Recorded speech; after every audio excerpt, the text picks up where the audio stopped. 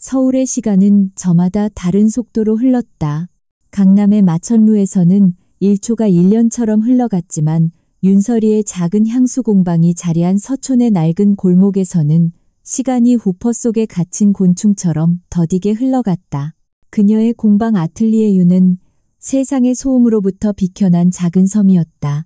공간은 수백 개의 갈색 시약병과 복잡한 증류기, 그리고 이름 모를 마른 꽃잎들의 향기로 가득 차 있었다.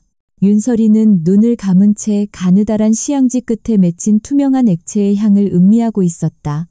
그녀의 코는 단순한 후각기관이 아니었다. 그것은 기억을 읽고 감정을 분석하며 이야기를 재구성하는 가장 정밀한 도구였다. 베르가못의 쌉싸람 뒤에 숨은 시트러스의 환희, 그리고 그 아래를 받치고 있는 샌다루드의 고요한 위로. 그녀는 의뢰인의 슬픔을 향기로 번역해내고 있었다. 그녀는 한때 대한민국 최고의 조향사, 천재라는 칭송을 받았었다. 하지만 5년 전 끔찍한 사고로 후각의 일부와 함께 모든 것을 잃었다. 그 후로 그녀는 세상으로부터 자신을 숨겼다. 아틀리에 유는 그녀의 도피처이자 유일하게 살아있음을 느끼게 해주는 공간이었다. 그녀는 오직 예약된 소수의 고객만을 위해 그들의 기억과 감정을 향수로 만들어주며 살아가고 있었다. 바로 그때 공방의 낡은 나무문에 달린 풍경이 맑은 소리를 냈다. 예약 없는 손님이었다. 서리는 미간을 찌푸리며 고개를 들었다. 문 앞에는 한 남자가 서 있었다. 완벽하게 재단된 검은색 수트를 입은 남자는 이 낡고 비좁은 골목과는 전혀 어울리지 않는 존재감을 뿜어내고 있었다. 그의 그림자는 공방의 따뜻한 조명을 단숨에 차갑게 만들었다. 남자는 성큼성큼 그녀의 작업대로 다가왔다. 그의 걸음에는 어떤 망설임도 없었다. 그는 권태아, 대한민국 IT 산업을 이끄는 기업 마루 이노베이션의 대표였다. 언론에 비친 그의 모습 그대로 그는 얼음장처럼 차가웠고 그의 눈에는 어떤 감정도 담겨 있지 않았다. 그의 몸에서는 값비싼 수트와 아주 희미한 비누향, 그리고 그 모든 것을 억누르는 듯한 깊은 슬픔의 향기가 났다. 윤서리 씨가 맞습니까? 그의 목소리는 낮고 건조했다. 서리는 말없이 고개를 끄덕였다. 그는 품 안에서 작은 벨벳 상자를 꺼내 작업대 위에 올려놓았다. 그 안에는 거의 비어있는 작은 크리스탈 향수병이 들어있었다. 병의 디자인은 10년은 좋게 넘어 보이는 오래된 것이었다. 이 향수를 완벽하게 재현해 주시길 바랍니다. 그것은 명령에 가까운 의뢰였다. 서리는 향수병을 조심스럽게 집어들었다. 병목에 희미하게 남아있는 향기를 맡기 위해 그녀는 다시 눈을 감았다. 순간 그녀의 머릿속으로 수많은 이미지들이 스쳐 지나갔다. 새벽의 차가운 안개, 하얀 목련의 깨끗함, 그리고 아주 깊은 곳에 숨겨진 관능적인 머스크의 잔향. 그것은 아주 아름답지만 동시에 지독하게 외로운 향기였다. 제 아내의 향수입니다. 권태아가 말했다. 1년 전 교통사고로 세상을 떠났죠. 그의 목소리에는 어떤 떨림도 없었지만 서리는 그의 주변을 맴도는 공기가 슬픔으로 무겁게 가라앉는 것을 느낄 수 있었다. 그녀는 눈을 떴다. 유감입니다.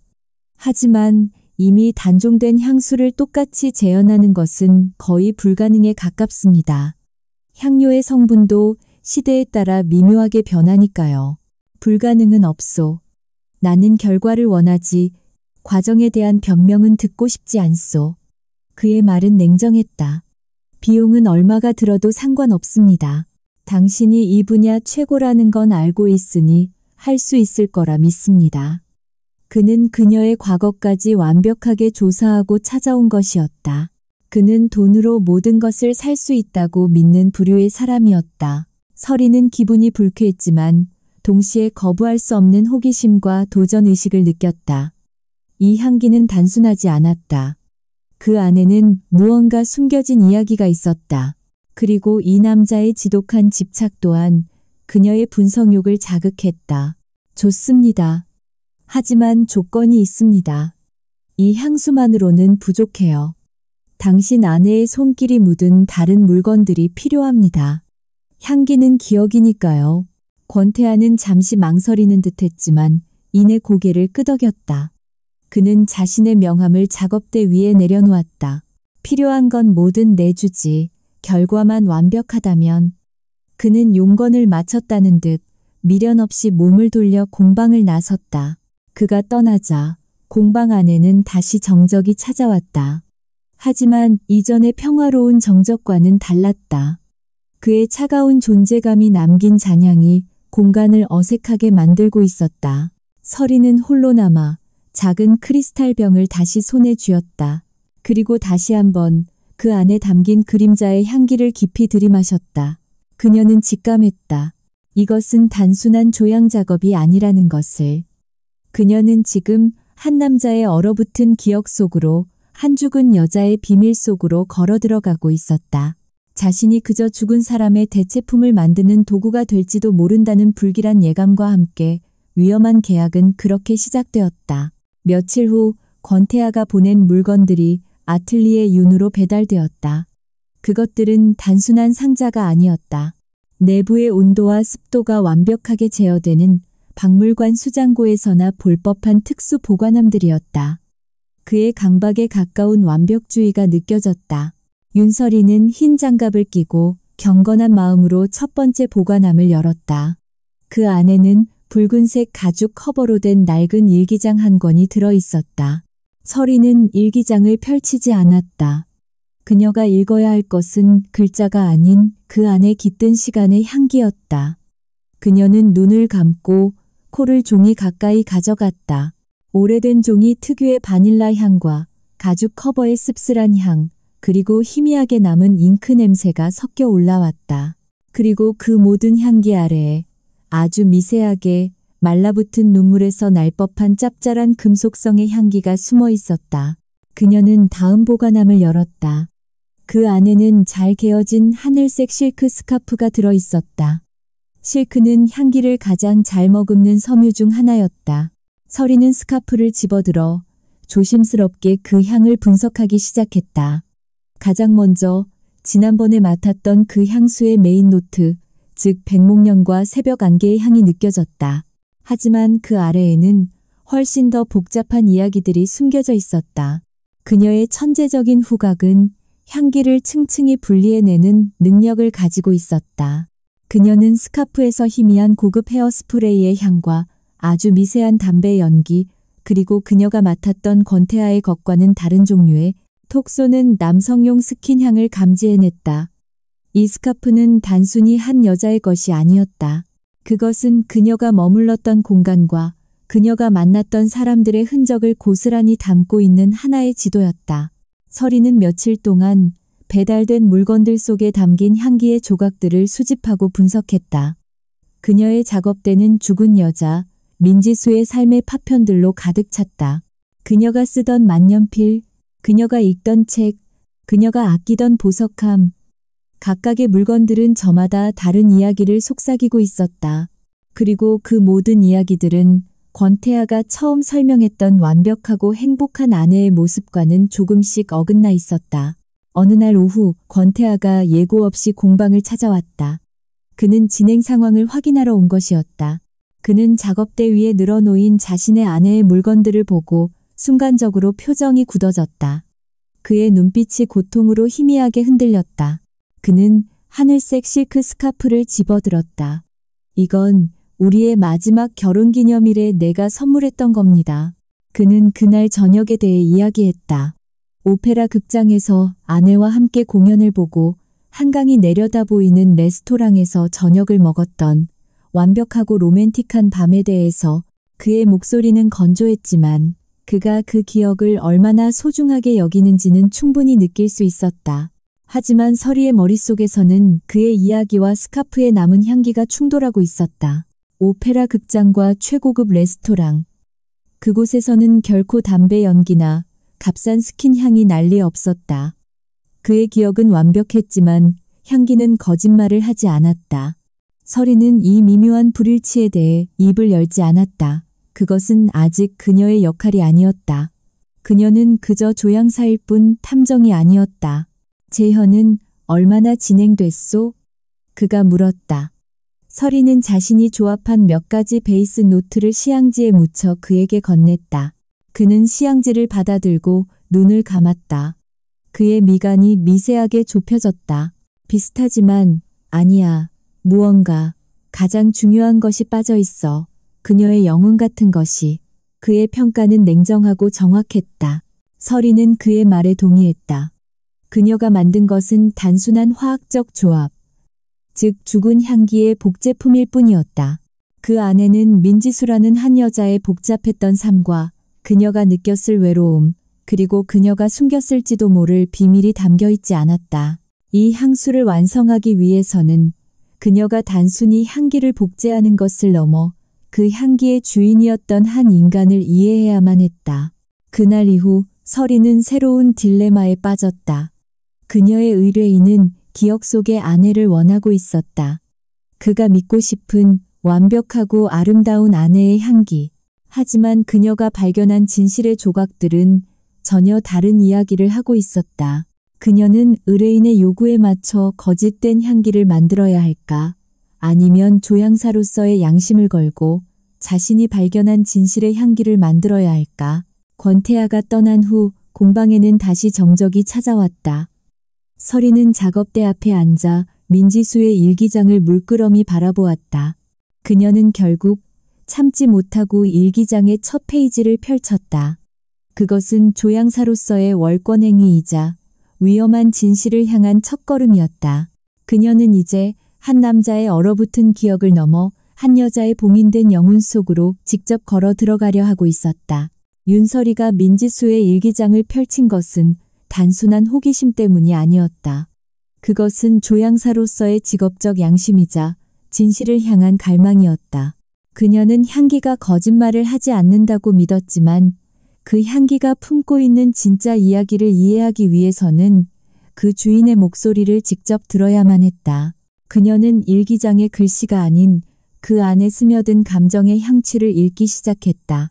일기장은 권태아가 들려준 완벽한 아내의 모습과는 전혀 다른 한 여자의 깊은 고독과 숨겨진 열망으로 가득 차 있었다. 그녀는 화려한 삶 속에서 철저히 혼자였다. 그녀의 문장은 아름다웠지만 모든 문장 끝에는 채워지지 않는 공허함이 묻어 있었다. 그녀는 남편을 사랑했지만 동시에 그가 만든 완벽한 세장 속에서 질식해가고 있었다. 서리는 며칠 밤낮으로 일기장을 읽고 또 읽었다. 그녀는 더 이상 권태아의 아내를 조향하는 것이 아니었다. 그녀는 민지수라는 한 여자의 복잡한 영혼과 깊은 교감을 나누고 있었다. 그녀는 지수의 슬픔과 그녀가 몰래 키웠던 작은 꿈, 그리고 그녀가 남편에게 차마 말하지 못했던 비밀들을 향기로 느끼고 있었다. 그리고 그 과정에서 서리는 자신의 과거와 마주하고 있었다. 5년 전 서리 역시 모든 것을 걸었던 프로젝트를 한순간에 잃었다. 그녀의 재능을 시기한 동료의 모함으로 그녀는 업계에서 매장당했다. 믿었던 사람에게 배신당한 그 상처는 그녀를 세상으로부터 숨게 만들었다. 그녀는 민지수의 고독 속에서 자신의 오래된 상처를 발견했다. 두 사람은 서로 다른 시간과 공간 속에서 같은 종류의 외로움을 겪고 있었던 것이다. 그녀는 마침내 결심했다. 단순히 죽은 향수를 복제하는 것을 넘어서 민지수라는 한 여자의 진짜 삶을 담은 새로운 향수를 만들기로. 그것은 의뢰인에 대한 월권행위이자 위험한 도박이었다. 권태아는 자신의 기억 속에 박제된 아내의 향기를 원했다. 하지만 서리는 그에게 진실을 선물하고 싶었다. 그가 사랑했던 여자는 그가 기억하는 완벽한 그림자가 아니었다는 진실을. 그녀는 다시 작업에 몰두했다. 그녀의 공방은 이제 한 여자의 삶을 재구성하기 위한 거대한 실험실이 되었다. 그녀는 기존의 베이스 노트였던 백목련과 새벽 안개 위에 새로운 향들을 조심스럽게 쌓아 올렸다. 일기장 속 그녀의 눈물을 닮은 짭짤한 바다 소금의 향. 그녀가 몰래 그렸던 그림 속의 야생들꽃 향. 그리고 그녀의 숨겨진 열정을 닮은 아주 미세하고 스파이시한 카다멈의 향까지. 수백 번의 실패 끝에 마침내 그녀는 단 하나의 조합을 완성했다. 그것은 민지수의 향수와 놀랍도록 닮아 있었지만 동시에 전혀 다른 깊이를 가지고 있었다. 그것은 슬픔과 아름다움, 고독과 열정이 공존하는 한 인간의 복잡한 영혼 그 자체를 담고 있는 향기였다. 서리는 완성된 향수를 작은 병에 담고 권태아에게 연락했다. 심판의 시간이었다. 권태아가 공방에 들어섰을 때 그의 얼굴에는 초조함이 서려 있었다. 그는 지난 몇 주간 서리가 어떤 결과물을 내놓을지 기다리며 지독한 불면의 밤을 보냈다. 서리는 아무 말 없이 향수가 묻은 시향지를 그에게 건넸다. 그는 떨리는 손으로 시향지를 받아들고 천천히 눈을 감았다. 향기가 그의 뇌리를 스치는 순간 그의 온몸이 굳어졌다. 그것은 분명 그의 아내 지수의 향기였다. 하지만 그가 기억하던 평면적인 향기가 아니었다. 그 안에는 그가 애써 외면하고 싶었던 아내의 슬픔이, 그가 미처 알아주지 못했던 그녀의 외로움이, 그리고 그가 한 번도 본 적 없었던 그녀의 뜨거운 열정이 파도처럼 밀려왔다.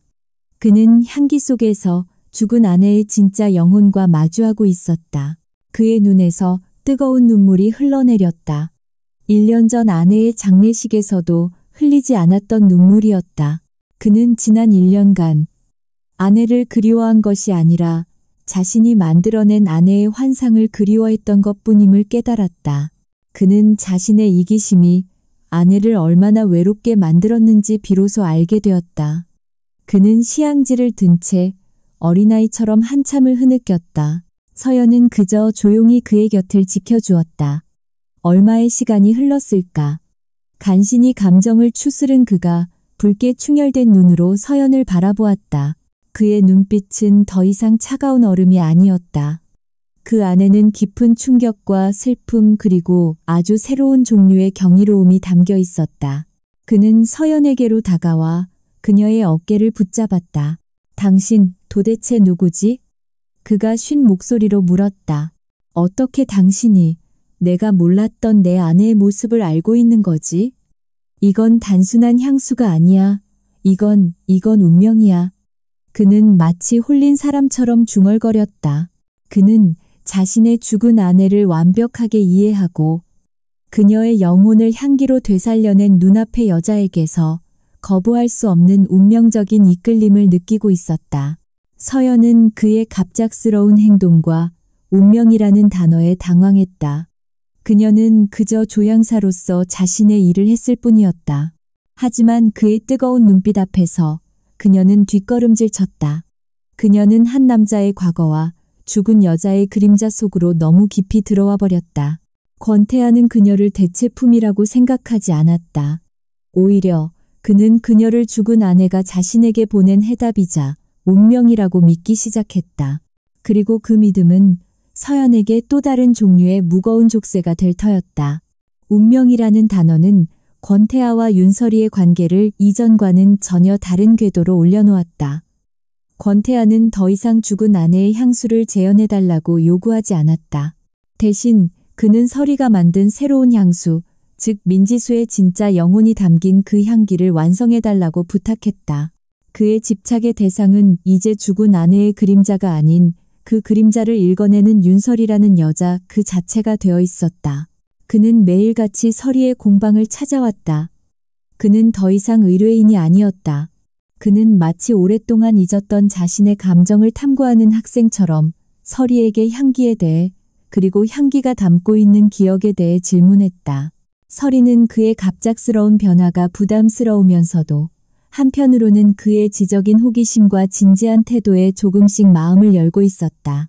한편 마루 이노베이션의 본사, 부회장 한민혁의 사무실에는 차가운 긴장감이 감돌았다. 그는 자신의 비서가 올린 보고서를 날카로운 눈으로 훑어보고 있었다. 보고서에는 권태아 대표가 최근 몇 주간 서촌의 작은 향수 공방에 매일같이 출입하고 있으며 회사 자금으로 거액을 지불하고 있다는 내용이 담겨 있었다. 한민혁은 권태아의 오랜 라이벌이자 그의 자리를 호시탐탐 노리는 야심가였다.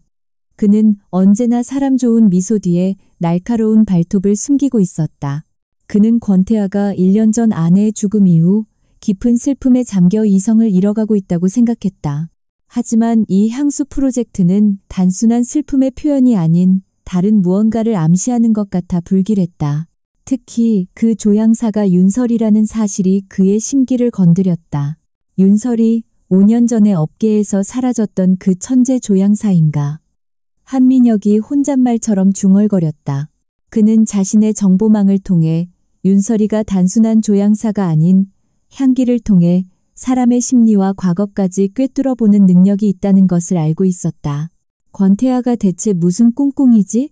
설마 그 여자를 통해 1년 전 사고에 대해 다시 파헤치려는 건가? 그의 눈빛이 차갑게 빛났다. 그 시각, 설이의 공방. 권태아는 마지막 남은 유품이라며 작은 상자 하나를 설이에게 건넸다. 그 안에는 1년 전 사고 현장에서 수습된 민지수의 개인 소지품들이 들어있었다.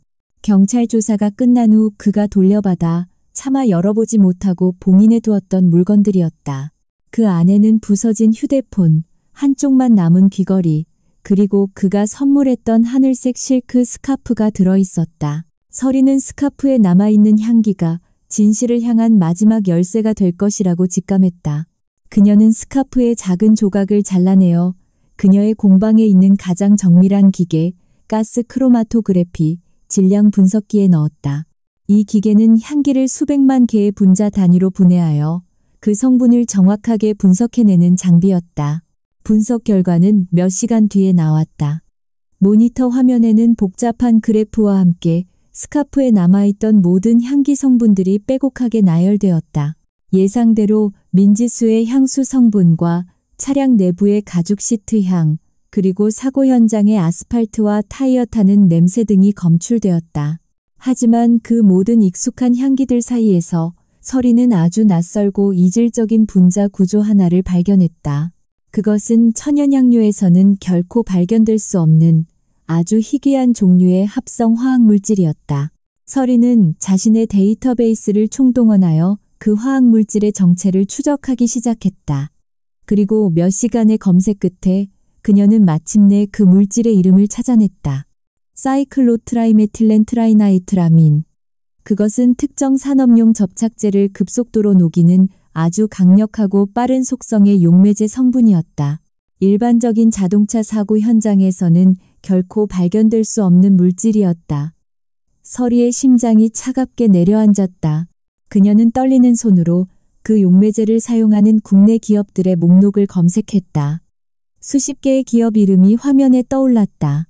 그리고 그 목록의 가장 위에서 그녀는 믿을 수 없는 이름을 발견하고 말았다. 마루 이노베이션의 자회사 중 하나인 마루 케미칼이었다. 설이는 더 깊이 파고들었다. 그리고 마루 케미칼에서 바로 그 용매제의 RD 프로젝트를 총괄하고 있는 책임자가 바로 한민혁 부회장이라는 사실을 알아냈다. 순간 머릿속의 모든 퍼즐 조각이 섬뜩한 그림을 그리며 맞춰졌다. 스카프에서 났던 정체불명의 향기, 권태아를 향한 한민혁의 병적인 경쟁심, 그리고 1년 전 너무나도 갑작스러웠던 민지수의 죽음. 민지수의 죽음은 단순한 빗길 교통사고가 아니었다.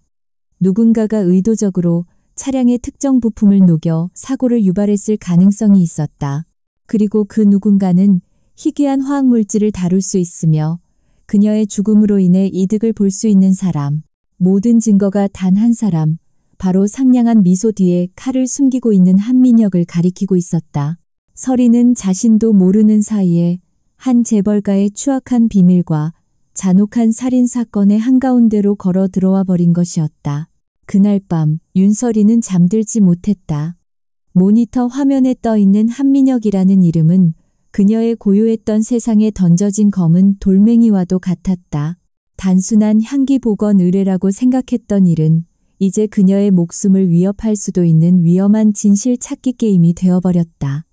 그녀는 두려웠다. 하지만 동시에 억울하게 죽어갔을지도 모를 한 여자, 민지수의 마지막 흔적을 외면할 수 없었다. 다음 날 아침, 설이는 평소보다 더 일찍 공방의 문을 열었다. 그녀는 밤새 자신이 내린 결론이 섣부른 추측일 수도 있다는 생각에 처음부터 모든 것을 다시 검토하기 시작했다. 하지만 분석을 거듭할수록 그녀의 의심은 확신으로 굳어져 갔다. 모든 정황과 증거는 1년 전의 그 사고가 결코 단순한 사고가 아니었음을 가리키고 있었다. 그녀는 이 사실을 권태아에게 알려야 할지 고민했다. 하지만 어떻게? 당신 아내의 스카프에서 당신 회사의 부회장이 관리하는 화학물질이 나왔습니다. 이건 살인 사건일지도 모릅니다.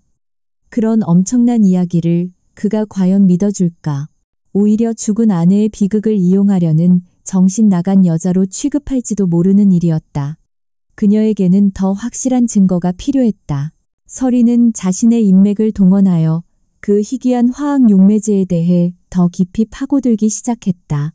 그녀는 대학 시절의 화학과 동기에게 연락해 그 용매제가 차량의 브레이크 오일에 섞였을 때 어떤 반응을 일으키는지에 대한 시뮬레이션을 의뢰했다. 또한 과거 자신의 프로젝트를 가로챘던 그 동료의 죄책감을 이용해 마루케미칼의 내부 정보를 조금씩 얻어내기 시작했다. 한편 한민혁은 자신의 사무실에서 윤설이에 대한 추가 보고를 받고 있었다. 보고서에는 그녀가 최근 화학 전문가 및 마루케미칼의 직원들과 접촉했다는 내용이 담겨 있었다. 한민혁의 얼굴에서 부드러운 미소가 사라졌다. 그는 자신의 예상보다 윤설이라는 여자가 훨씬 더 똑똑하고 집요하다는 것을 깨달았다. 그녀는 단순한 조향사가 아니었다. 그녀는 진실을 파헤치는 탐정이었다. 쥐새끼가 너무 깊이 파고드는군. 그가 차가운 목소리로 말했다. 그는 더 이상 이 상황을 좌시할 수 없었다. 그는 권태아가 그녀를 얼마나 신뢰하는지, 그리고 그녀가 어디까지 알아냈는지 알 수 없었다. 하지만 싹은 미리 잘라버려야 했다. 그는 자신의 비서를 불러 낮은 목소리로 몇 가지를 지시했다. 그것은 직접적이지 않지만 아주 효과적인 경고가 될 터였다. 며칠 후 서리는 자신의 공방이 엉망이 된 것을 발견했다. 문은 강제로 부서져 있었고 공방 안은 난장판이 되어 있었다. 수백 개의 시약병들이 바닥에 깨져 있었고 그녀가 수년간 모아온 귀한 향료 원액들은 바닥에 쏟아져 악취를 풍기고 있었다. 그녀의 모든 것이, 그녀의 역사가 하룻밤 사이에 잔인하게 파괴된 것이다. 경찰은 단순한 좀도둑의 소행으로 사건을 종결지었다. 하지만 서리는 알고 있었다. 이것은 경고였다. 더 이상 파고들지 말라는 한민혁이 보낸 섬뜩한 메시지였다. 도둑은 그녀의 노트북이나 값비싼 증류 장비는 건드리지 않았다. 그는 오직 그녀의 코와 기억을 상징하는 향료들만을 골라서 파괴했다. 서리는 깨진 유리 조각들 위에 주저앉아 망연자실하게 엉망이 된 공방을 바라보았다. 그녀는 자신의 어리석음을 탓했다. 상처 입은 맹수는 건드리지 말았어야 했다. 그녀는 이제 모든 것을 포기하고 다시 어둠 속으로 숨어야 할지도 모른다. 바로 그때 공방의 부서진 문을 열고 권태아가 들어섰다.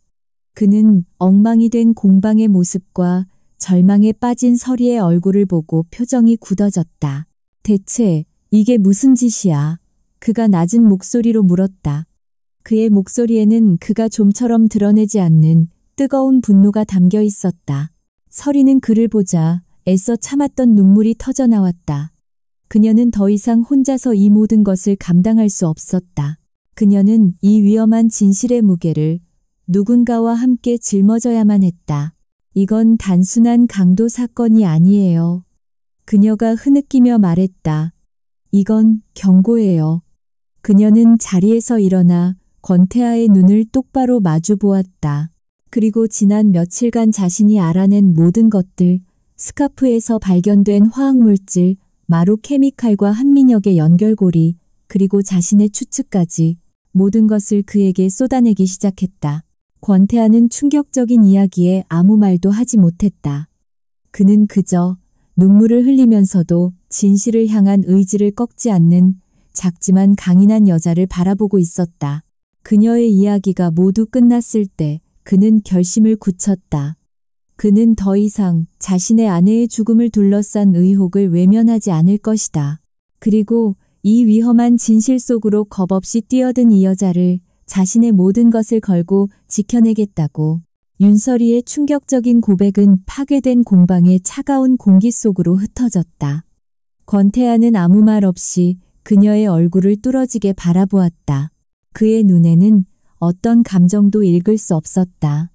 설이는 그 침묵이 긍정인지 부정인지 혹은 자신을 향한 경멸인지 알 수 없어 숨을 죽였다. 그녀는 자신의 모든 것을 걸고 가장 위험한 패를 던진 것이었다.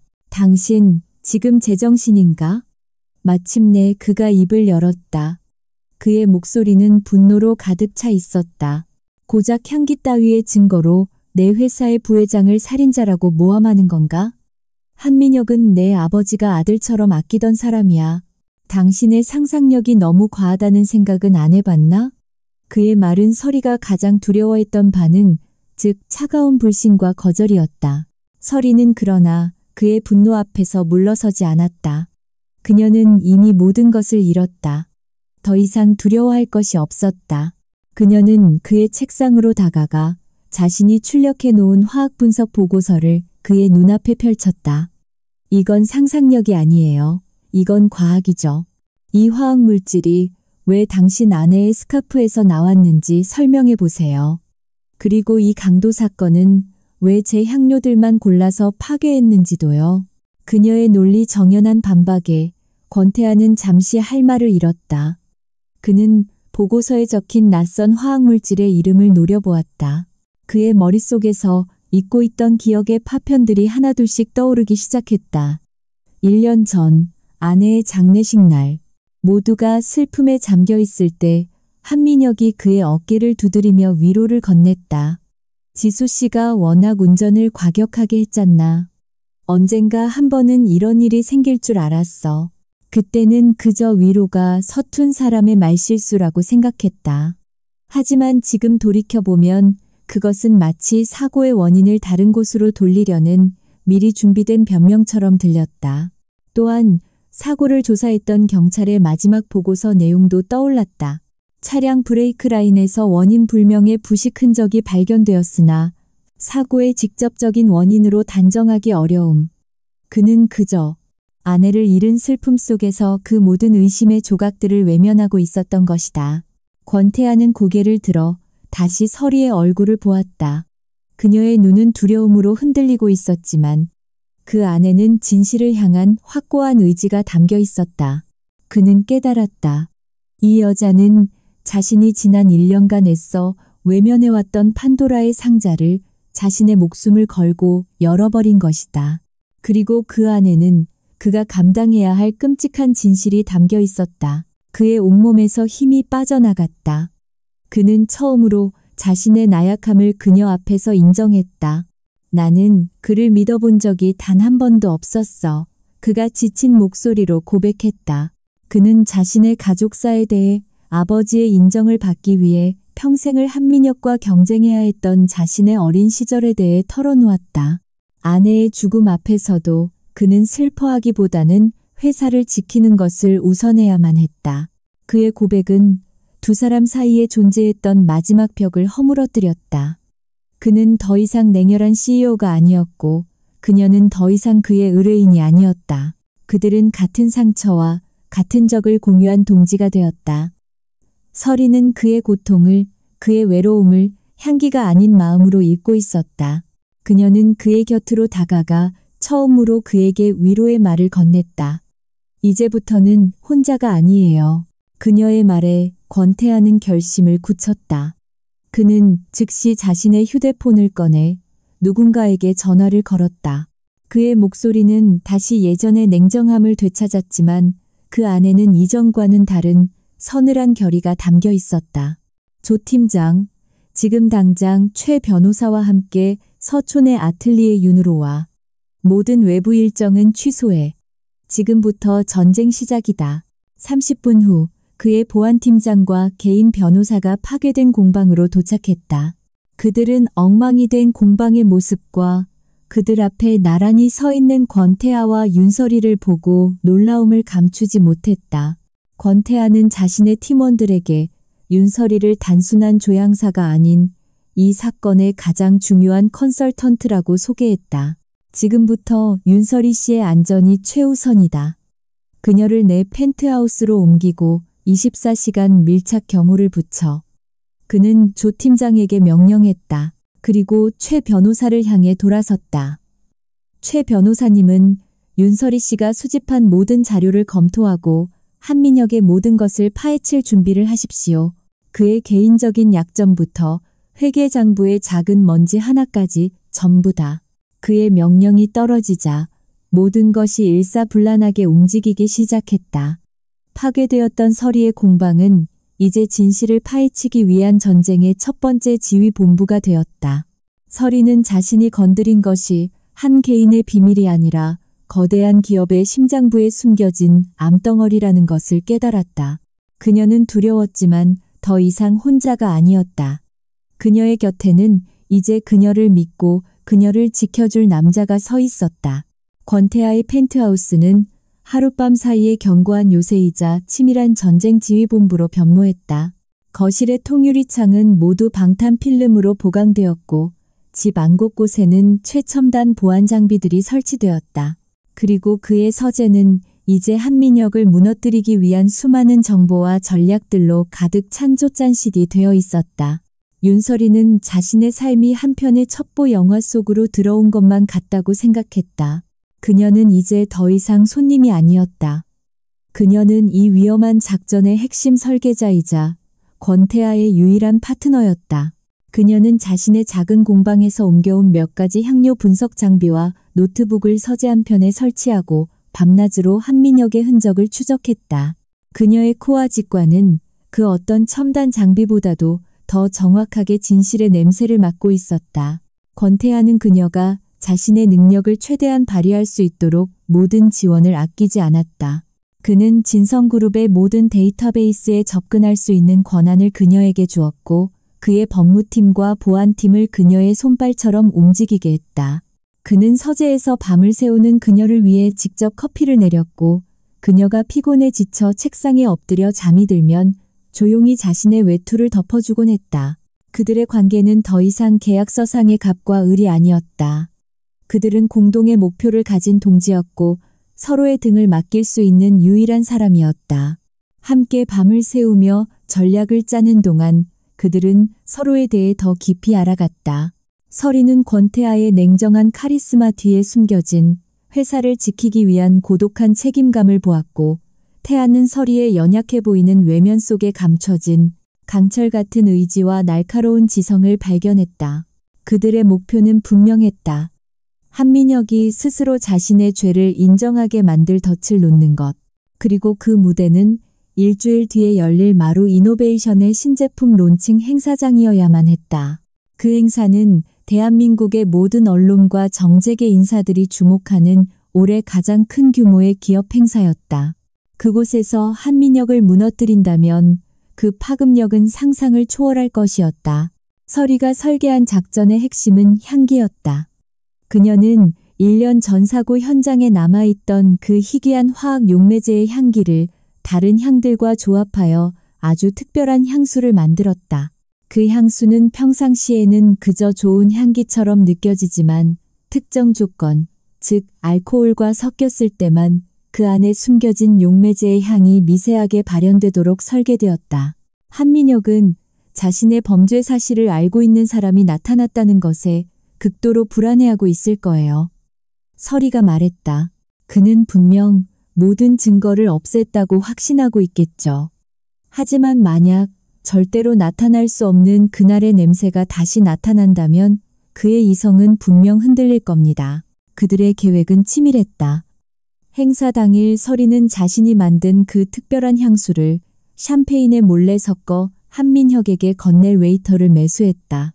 그리고 권태하는 행사장 곳곳에 초소형 마이크와 카메라를 설치하여 한민혁의 모든 반응을 녹화할 준비를 마쳤다. 또한 그는 한민혁의 비자금 계좌에 대한 결정적인 증거를 행사가 절정에 이르렀을 때 언론에 터뜨릴 준비를 하고 있었다. 한편 한민혁은 자신의 목을 조여오는 보이지 않는 덫을 감지하지 못한 채 권태하를 밀어내고 마루 이노베이션을 차지할 마지막 계획을 세우고 있었다. 그는 신제품 론칭 행사를 권태하의 리더십에 치명적인 타격을 입힐 무대로 만들 작정이었다. 그는 경쟁사의 신제품의 핵심 기술을 유출했고 행사 당일 제품의 시연회에서 치명적인 오류가 발생하도록 모든 준비를 마친 상태였다.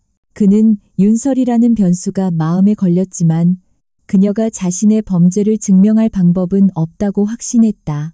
그녀의 공방을 파괴한 것은 그녀에게 겁을 주기 위한 작은 경고일 뿐이었다. 그는 자신이 모든 것을 통제하고 있다고 믿었다. 그의 오만함은 스스로를 파멸로 이끌고 있는 가장 큰 적이었다. 작전 시작 하루 전날 밤. 펜트하우스의 서재에는 무거운 긴장감이 흘렀다. 모든 계획은 완벽하게 세워졌다. 이제는 운명이 누구의 손을 들어주느냐에 모든 것이 달려 있었다.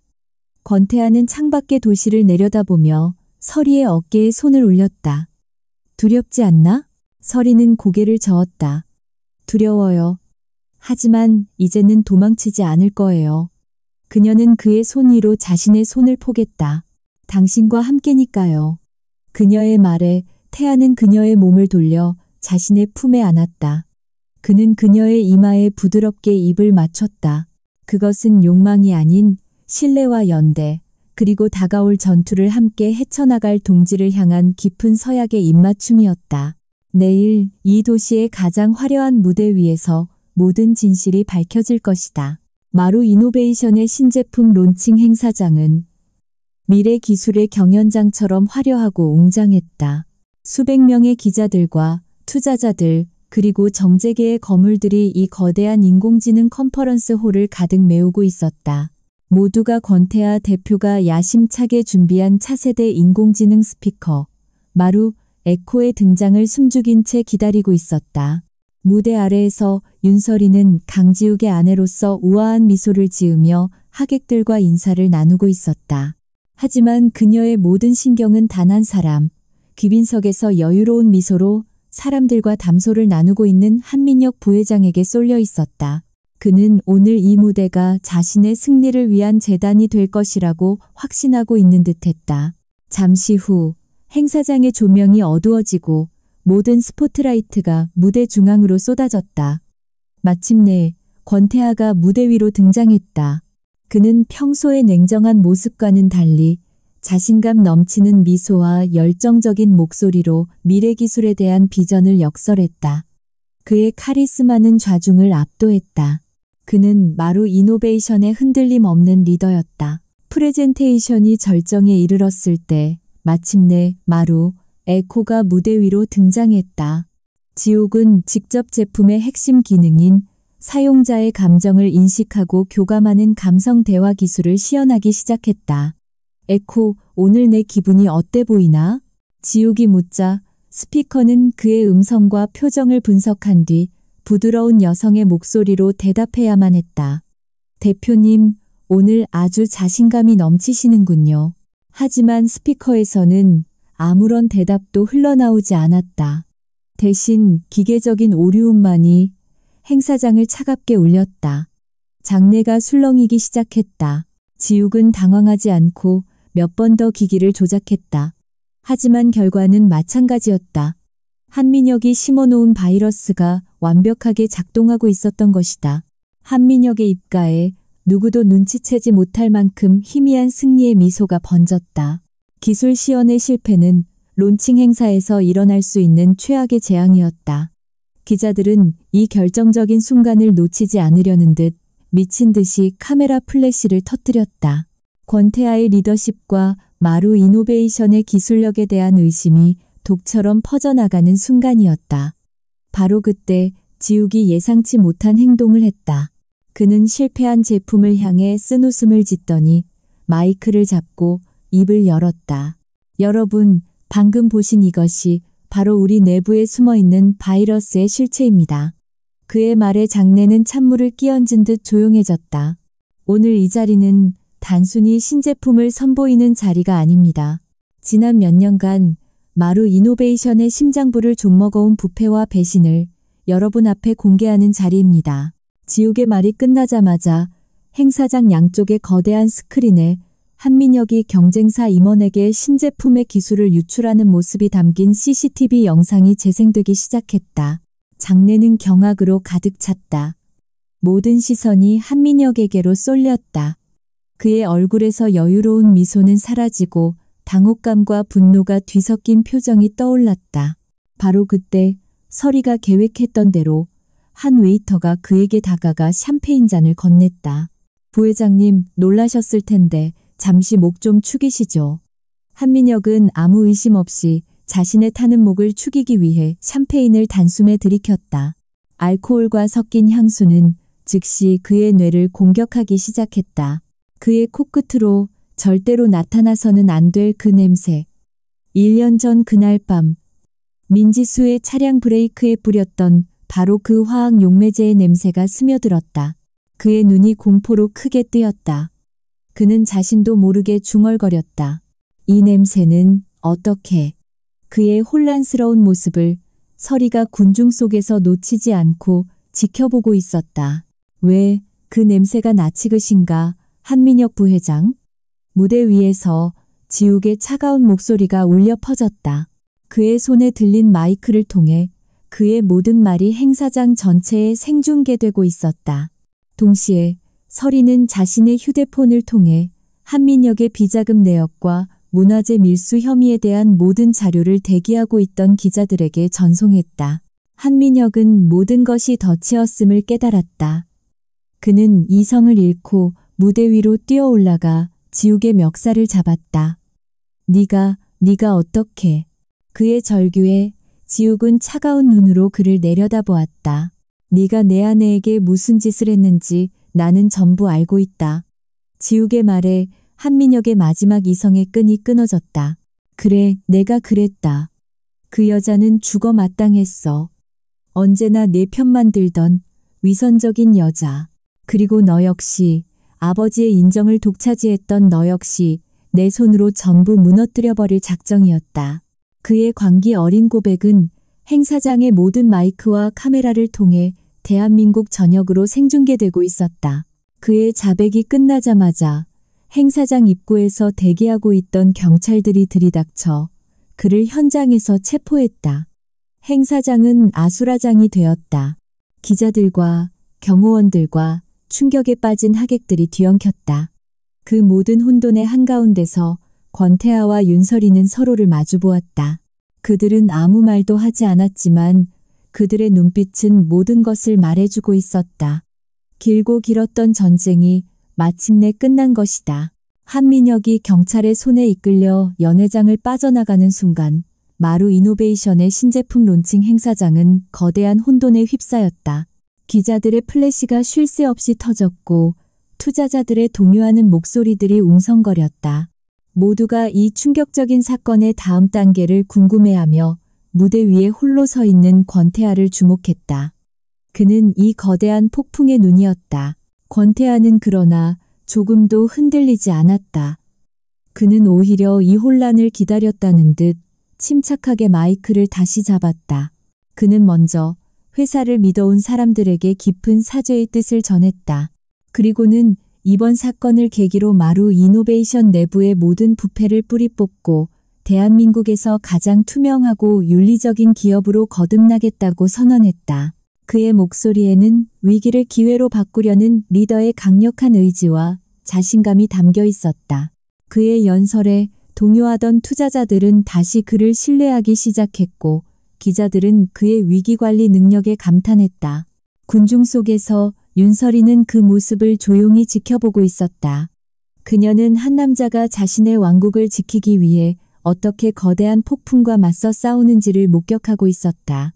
그날 이후 며칠 동안 권태하는 언론과 이사회 그리고 검찰 조사를 상대하며 눈코 뜰 새 없이 바쁜 시간을 보냈다. 펜트하우스는 다시 텅 비었고 서리는 뉴스를 통해서만 그의 소식을 접할 수 있었다. 모든 것이 제자리로 돌아가는 것 같았다. 한민혁이라는 폭풍은 지나갔고 그녀의 역할도 이제 끝난 것처럼 보였다. 그녀는 자신이 조향했던 민지수의 영혼이 담긴 그 향수병을 만지작거렸다. 그녀는 결국 죽은 사람의 그림자를 완벽하게 재현해내는 데 성공했다.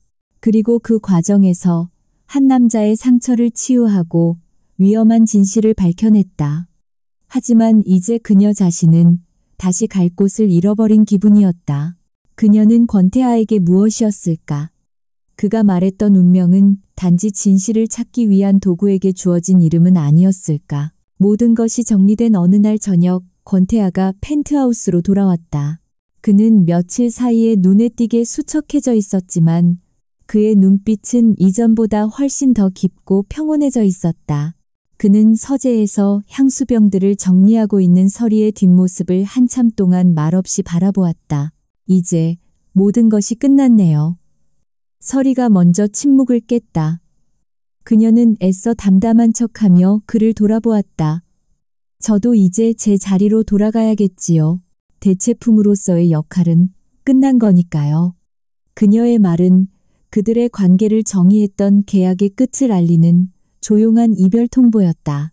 그녀의 말에 권태아의 얼굴에 깊은 고통이 스쳐 지나갔다. 그는 그녀에게 다가가 그녀의 어깨를 붙잡았다. 아직도 그렇게 생각하고 있었나? 그가 쉰 목소리로 물었다. 그는 서리가 자신의 마음을, 자신이 그녀에게서 느꼈던 운명적인 이끌림의 진짜 의미를 전혀 이해하지 못하고 있다는 사실에 절망했다. 그는 처음으로 자신의 모든 것을 그녀 앞에 내려놓았다. 그는 자신의 아내 민지수에 대해 이야기했다. 그녀는 아름답고 우아했지만 동시에 지독하게 연약한 사람이었다고. 그녀는 한민혁의 야망과 그를 둘러싼 회사의 암투 속에서 서서히 시들어갔다고. 그녀는 무언가 잘못되었다는 것을 직감했지만 그것과 맞서 싸울 용기가 없었다고. 내가 아내에게서 맡았던 향기는 그녀의 아름다움뿐만이 아니었소. 그 안에는 언제나 깊은 슬픔과 체념, 그리고 두려움의 향기가 섞여 있었지. 내가 당신에게 재현해달라고 부탁했던 것은 바로 그 완전한 그림자였소. 나는 그 그림자 속에 나 자신을 가두고 평생을 후회하며 살 작정이었지. 그는 서리의 두 손을 마주 잡았다. 그의 손은 따뜻했다. 하지만 당신은 달랐어. 당신은 내 아내의 그림자를 재현하는 것을 넘어 그 그림자 뒤에 숨겨진 진실을 꿰뚫어 보았어. 당신은 두려움에 도망치는 대신 진실과 맞서 싸우는 길을 택했지. 당신의 그 강인함, 그 용기가 내 지난 1년의 어둠을 전부 깨뜨려 버렸소. 그는 그녀의 눈을 깊이 들여다보았다. 내가 당신을 운명이라고 불렀던 건 당신이 내 아내와 닮았기 때문이 아니야. 당신은 내 아내의 대체품이 아니었소. 당신은 해답이었지. 내 아내가 끝내 찾지 못했던, 그리고 나 역시 찾을 용기가 없었던 그 진실을 당신이 내게 가져다 주었기 때문이야. 그의 고백에 서리의 심장이 세차게 뛰기 시작했다. 그녀는 비로소 그가 말했던 운명의 진짜 의미를 깨달았다. 그는 그녀를 통해 과거를 보려 했던 것이 아니었다. 그는 그녀를 통해 비로소 과거로부터 벗어날 수 있었던 것이다. 나는 죽은 사람의 그림자를 사랑했던 게 아니야. 그가 떨리는 목소리로 말했다. 나는 그 그림자를 이겨낸 당신의 강인한 영혼을 사랑하게 된 거요. 그러니 제발 더 이상 스스로를 대체품이라고 부르지 마시오. 당신은 내게 유일한 사람이니까. 그는 서리의 뺨을 감싸고 그녀의 눈물을 부드럽게 닦아주었다. 그리고는 진심을 다해 그녀에게 입을 맞췄다. 그것은 더 이상 슬픔과 기억의 맛이 아닌 희망과 미래의 맛이 나는 입맞춤이었다. 1년 후 서촌의 낡은 골목에는 새로운 향기가 피어났다. 윤서리의 작은 공방, 아틀리에 유는 이제 대한민국에서 가장 예약하기 어려운 퍼퓸 하우스가 되어 있었다. 그녀는 더 이상 숨겨진 천재가 아니었다. 그녀의 향수는 단순한 향기가 아닌 사람의 마음을 읽고 치유하는 예술 작품으로 인정받았다. 그녀는 자신의 이름, 윤설이라는 브랜드로 세상 앞에 당당히 섰다. 그녀의 곁에는 언제나 권태아가 있었다. 그는 더 이상 얼음처럼 차가운 CEO가 아니었다. 그는 여전히 마루 이노베이션을 이끄는 카리스마 넘치는 리더였지만 서리 앞에서는 세상에서 가장 다정한 연인이자 든든한 후원자였다. 그는 그녀의 예술 세계를 존중했고 그녀가 자신의 꿈을 마음껏 펼칠 수 있도록 모든 지원을 아끼지 않았다. 그들의 아침은 언제나 커피 향과 서리가 새로 조합한 향기 샘플들의 냄새로 시작되었다. 태아는 출근 전 언제나 그녀의 작업실에 들러 그녀가 밤새 만든 새로운 향기들을 가장 먼저 맡아보는 첫 번째 관객이 되어 주었다. 그는 더 이상 과거의 향기에 집착하지 않았다. 그는 이제 서리가 만들어내는 미래의 향기들을 사랑했다. 어느 맑은 가을날 그들은 나란히 차를 몰아 교회의 한적한 추모 공원으로 향했다. 그곳에는 민지수가 잠들어 있었다. 1년 전 그 모든 진실이 밝혀진 후 태아는 처음으로 아내의 무덤을 찾는 것이었다. 이전까지 그는 차마 그녀를 마주할 용기가 없었다. 그는 자신의 거짓된 기억 속에 아내를 가두어 두었던 죄책감에 시달렸다. 하지만 이제 그의 곁에는 서리가 있었다. 서리는 그의 손을 굳게 잡고 함께 무덤 앞에 섰다. 태아는 품 안에서 작은 향수병 하나를 꺼냈다. 그것은 서리가 완성한 민지수의 진짜 영혼이 담긴 바로 그 향수였다. 그는 향수를 묘비 앞에 작은 꽃병에 조심스럽게 몇 방울 떨어뜨렸다. 슬프지만 아름다운 향기가 바람을 타고 공원 전체로 퍼져나갔다. 지수야, 나왔어. 태아가 낮은 목소리로 말했다. 그리고 당신에게 소개해주고 싶은 사람이 있어. 이 사람은 윤설이 씨야. 당신이 끝내 내게 보여주지 못했던 진실을 내게 가르쳐준 사람이지. 그리고 내가 새로 사랑하게 된 사람이야. 그의 목소리는 담담했지만 그 안에는 깊은 슬픔과 그보다 더 큰 평온함이 담겨 있었다. 그는 더 이상 아내의 죽음에 얽매여 있지 않았다. 그는 그녀를 진심으로 애도하고 이제는 놓아줄 수 있게 된 것이다. 그는 서리를 돌아보았다. 그녀의 눈에는 따뜻한 눈물이 고여 있었다. 당신은 대체품이 아니야, 서리 씨. 그가 다시 한번 말했다. 당신은 내 과거의 상처를 치유하고 내 미래를 함께 열어갈 유일한 운명이야. 그들은 한참 동안 말없이 나란히 서서 지수의 무덤을 바라보았다. 향기는 바람에 흩날렸고 과거의 그림자는 햇살 속에 서서히 녹아내리고 있었다. 그들은 더 이상 과거에 얽매이지 않았다. 그들은 서로의 상처를 보듬고 서로의 현재를 사랑하며 함께 만들어갈 미래를 바라보고 있었다. 그날 이후 그들은 평범한 연인들처럼 행복한 시간을 보냈다. 때로는 함께 미술관을 찾았고 때로는 서촌의 작은 식당에서 소박한 저녁을 먹었다. 권태아라는 이름이 가진 무게와 윤설이라는 이름이 가진 상처는 그들의 사랑 앞에서 아무런 힘을 발휘하지 못했다. 그들은 그저 서로를 진심으로 아끼고 사랑하는 한 남자와 한 여자일 뿐이었다. 몇 달 후 서리는 자신의 이름을 건 첫 번째 공식 향수를 출시했다. 그 향수의 이름은 운명, 데스티니이었다. 그것은 민지수의 향기도 권태아의 향기도 아닌 상처를 딛고 다시 태어난 윤설이 자신의 향기였다. 절망 속에서 피어난 희망을, 어둠 속에서 발견한 빛을, 그리고 대체품이 아닌 운명으로서의 삶을 응축한 향기였다. 권태아는 그녀의 곁에서 그녀의 성공을 누구보다도 기뻐해 주었다. 그는 더 이상 얼음의 성에 갇힌 왕자가 아니었다. 그는 사랑하는 여자를 통해 비로소 진짜 어른이 되는 법, 그리고 진짜 행복을 느끼는 법을 배운 것이다.